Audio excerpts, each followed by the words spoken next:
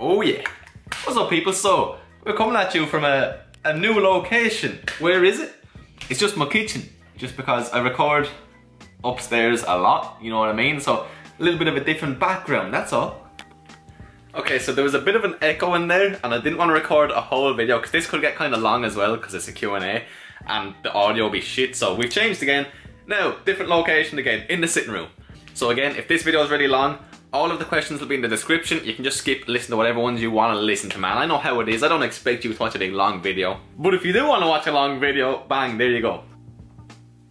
We're going to start off a little bit lighter, and as the Q&A goes on, there are some questions I can't wait to answer, and some that I don't even know what the answers are yet. I'm really going to have a think about. So for now, we'll just keep a little bit light-hearted, quick questions, okay? So, question number 1 of the day is, am I on steroids? Asked by Colin McLaughlin and a few others. So no, I'm not on steroids. It's very apparent. I mean, look at me, I'm a very normal looking person. I weigh like 84 kilos.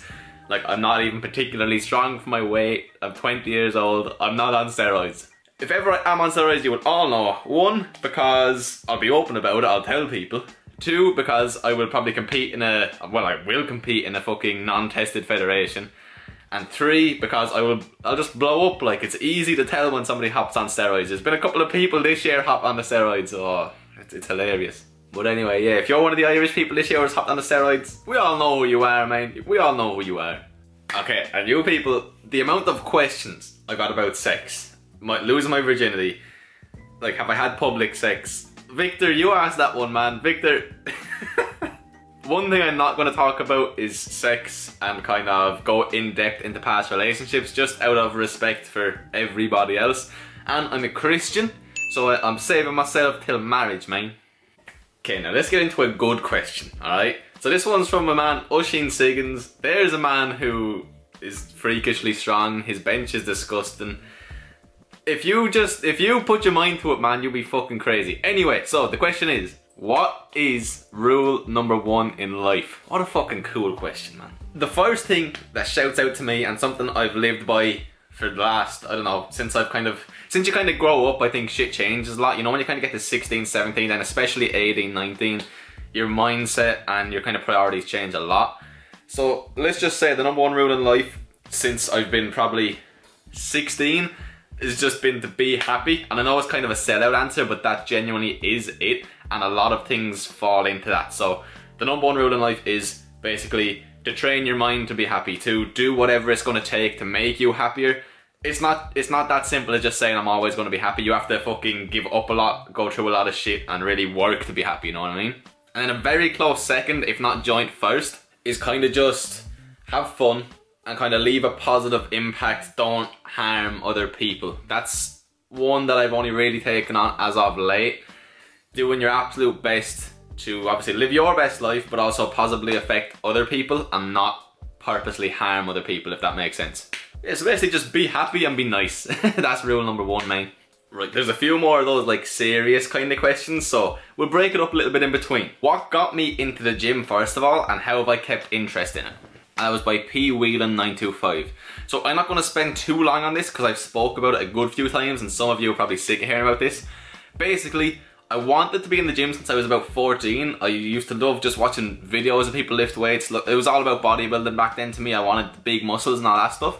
Obviously you have to be 16 in Ireland at least before you join a gym, so I wasn't able to do that. So what I did was I joined boxing just for the training aspect of things, just to kind of get a little bit fitter. And I also bought a 30 kilo weight set that I had up in my room, and that's how I got started. Fuck off, Fly, man, I'm doing a Q&A, man. But what actually got me into the gym? I don't know, it was just something inside of me. I suppose it was all the old school bodybuilders, like I don't know, I always loved Kai Green, Arnold, Phil Heath, all of the massive names, I suppose, in bodybuilding. How have I kept interest? There's been periods where I don't have an interest, but at this stage of my life, I have to keep interest. You know what I mean? Right now, I'm at a fucking amazing place for training. I love training right now. I've been enjoying it more than I have in so long. But obviously, when you're doing something literally 24/7 for years, it can get a bit monotonous, a bit boring sometimes. When that happens, man, either take a break or switch up your training style for a little bit. But yeah, I just love the shit out of this. Another quick one to address. What is my job? That was by Litwinkeralona PT. Not a clue how to say your name. I make that name easier. But anyway, what is my job? As of right now, I have my hand in a couple of ventures. You all know about the secret project. You all know what's on the way. There is something else potentially on the way. Aside from that, I still live at home. I'm an online coach. So right now, my income is online coaching. Now, let's talk about this one. Let's get to some of the juicier stuff. So this person wants to be kept anonymous for good reason. He goes, have I any stories in relation to peer pressure as a teen with drugs? Oh baby, a triple! Oh yeah! And short answer being yes, plenty. So drugs are a thing. I don't know about all over the world. I know where I'm from in Wexford, drugs are a massive thing. There was a stage when I was 14, 15, 16, I could get drugs easier than I could get alcohol. So simple answer, yes, I've been in a lot of situations where I've been peer pressured or offered drugs basically. And let's just get it straight, I don't promote the use of any drugs. I don't condone, I'm not saying go do all of the drugs, man, it's a good idea. Stay away from them if you can, it is 100% in your best interest. As a teen in Ireland, you are going to come across drugs. No matter who you are, no matter how much of a goody two-shoes you are. If you have any friends at all, if you go to any social event, there is drugs. You kind of have to have it set in your head that you don't want to do them, okay? You have to be strong-minded, strong-willed, and genuinely not want to do them, or else you will be given the opportunity and you will do them. But yeah, stay away from drugs, kids. Drugs are bad. Drugs are bad. You shouldn't do drugs. If you do them, you're bad. Because drugs are bad, okay? It's a bad thing to do drugs, so don't be bad by doing drugs, okay? That'd be bad. Drugs are bad, okay? One last time, make myself clear. Don't be doing drugs, lads. Don't do drugs, because they're not good. Right, let's bring it back to another light-hearted one again from my man, Owen Parcel, killing the game. What did I find best to grow my page? Again, something I get asked quite often. Number one, be really consistent. Number two, have good content. You will see, I've gone down a few hundred followers the last few weeks because I haven't been consistent, I haven't been posting. It's fine, you're just kind of filtering out the bad followers, I suppose. But if growing your page is something you really want to do, it takes a lot of time and effort. Like there's been days where I've spent over 2 hours making an infographic and then going out with Skinny Steve for another hour and a half just to get a picture, another half hour writing captions, another hour doing research for the infographic, you know what I mean? There's been days where I've put 4 to 6 hours into Instagram, okay? So almost like a full-time job. You stupid. You have to put in work. There's so many people out there putting in so much more work than you. If you want to grow your page and if it's genuinely a priority to you, it takes a lot of time. Because let's be real, not everybody is just gonna fucking blow up, be the next Christian Guzman, Rob Lipset, whoever it is. Not everybody just gets by on a good physique and some philosophy. Yeah, honestly, you'll probably see my page continue to drop in followers for the foreseeable future because I'm not prioritizing growing it. I fucking love Instagram right now. I love the engagement I'm getting. I love the actual people I'm talking with, the communication I'm having, the conversations I'm having. I'm loving Instagram stories. I'm not really loving having a strict schedule. I know myself, I'm not putting out great content. I know myself that I'm putting no effort into it at all really, you know what I mean? And I guarantee that if I wanted to grow my Instagram again, I could get 1,000 followers probably 2 weeks. That was, my best ever I got was over 1,000 followers in a week. And that was a fucking crazy good week. That was to do with Blessing and Regan Grimes and shit. But yeah, in regards to long-term growth, be consistent as fuck. Post the best content there is. Do something different. Be informative and just don't be afraid of putting yourself out there. I can already tell this video is long as fuck, but I don't care. I'm gonna put all the questions in. You watch whatever the fuck you want. Nice little quick one. What pre-workout do I use? This is from Ahmed Shaman. He's actually a sound geezer. I speak to him a good bit. So if you watch the last vlog, you'll see that recently we just got Endo Rush. It's actually really nice, I have to say. Aside from that, the main pre-workout I've used for the longest time is FA Pump Energizer, but it's completely sold out in Ireland. Man, it's fucking great if you just like, it's not very highly dosed and has a good bit of caffeine, but it's just a nice pre-workout. It's nothing too intense and it's really cheap. Aside from that, I've been using Blessings for a while because he gave me a tub of it back when we made that video, and yeah, it's really good. I was taking 4 or 5 scoops and it was actually giving me, it was weird when I was on his one, you don't feel it as much, but man, I feel like I could have trained forever. Like I had the the best long sessions of my life, if that makes sense. So it's not a very intense field, but you can go for a long time. So if that's what you're looking for, definitely look into Blessings, man. But yeah, FA Core Pump Energizer, when that's back in Ireland, I'm stocking the fuck up. Now, here's a pretty interesting one. Do I worry that my Instagram pressures young people to look a certain way? I do my absolute best to kind of promote not so much living for a physique. Like, I am a strength athlete, for lack of a better word. I train completely to get stronger at the moment, and body confidence is something that, I don't know, I struggled with it a lot in the past. I think a lot of people who post pictures of their bodies genuinely do struggle with it. But right now I'm in a good place. I don't care too much what my body looks like or what people think of my body, as long as I feel healthy and I look okay. I never want to look like a fucking disgusting, lazy person. I hate that, I hate that. I really don't think my page is one of the ones that does pressure people to feel a certain way, because, well, if you read my captions, a lot of the time I'm trying my best to just explain my situation and my predicaments, and I don't think I've a particularly good body, so hopefully that answers it. I do my best to not promote that kind of shit anyway. If you're watching this now and my page has ever made you feel like you need to look a certain way, fucking don't. Just know that as well. I look at myself every day and I'm fucking unhappy with bits of me.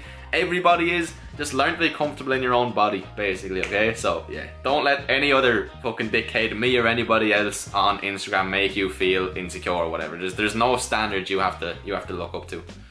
This one. The worst advice I ever received. This person wanted to say anonymous as well. And you have me thinking big time. I really can't think of one moment I was given an absolutely life-changing, terrible piece of advice. I've always been able to think for myself, which is a very strong point. So basically, if anybody did give me advice and I consciously decided to take it on, I'd never even be upset if it was bad advice, because I made the conscious decision to take it on, if you get me. I think it's a lot of things. In school, I didn't like school from kind of TY onwards. And when you're at that age, everybody is kind of pushing college and school and all that shit on you. And I really wish that just one person could have came to me and explained to me that there was other ways to go about doing what you were doing. So it wasn't necessarily a piece of bad advice that I got, it was more so a really good piece of advice that I didn't get for a long time. Realistically, from TY up to 6th year, everybody was drilling into my head that I should be going to college. Good friends, family, teachers, everyone, you know what I mean? Everybody's kind of under the impression that you should be going to college. And I knew for a fact I really didn't want to do that. So I think that's why I talk about that as much. Like, trust me, fucking college, I'm sure, is an absolutely fantastic place, especially if you want to do something that you need to go to college for. I've not a thing against college in the slightest. I think it's fucking great. Like, everybody, the large majority of people I know who go to college love it, and they're gonna live fucking great lives after it. It just wasn't for me, and there are other ways to get into your field, always. Unless you want to be a fucking brain surgeon, you probably need a bit of college for that, like. I really just wish somebody had have explained that to me earlier and taken a lot of pressure off of me in those early years. But anyway, fuck it, what you gonna do? Here we are now, and I'm good. And I feel like I've actually gotten that through to a few people already, so I'm really happy.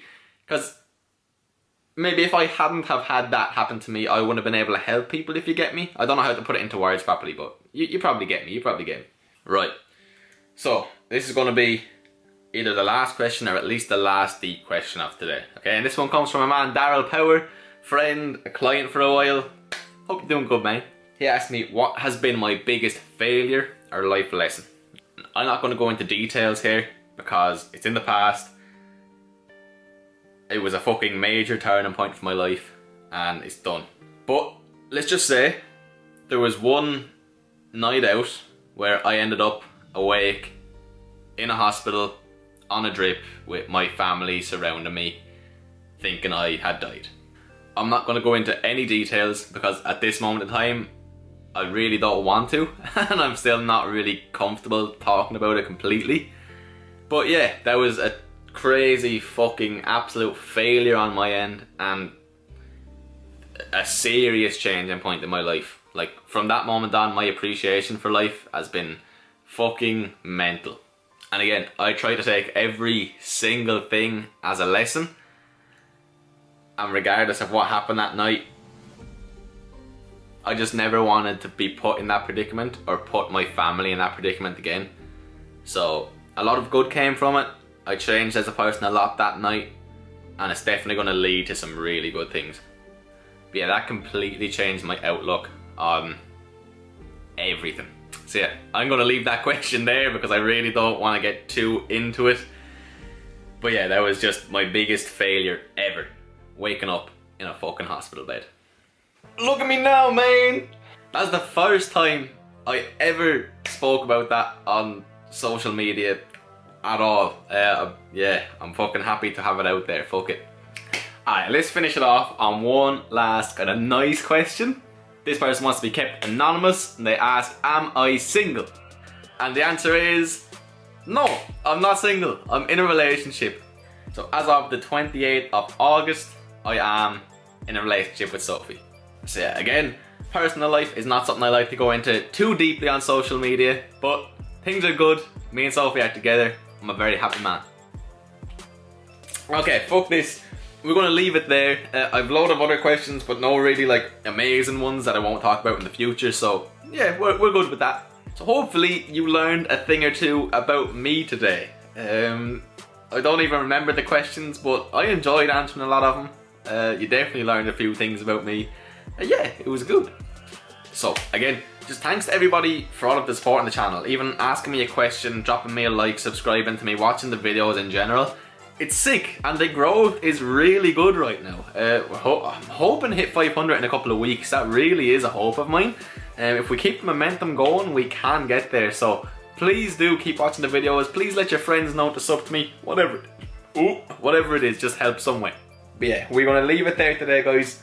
Peace out. Enjoy your day. Enjoy your evening whenever you're watching the video. Good night.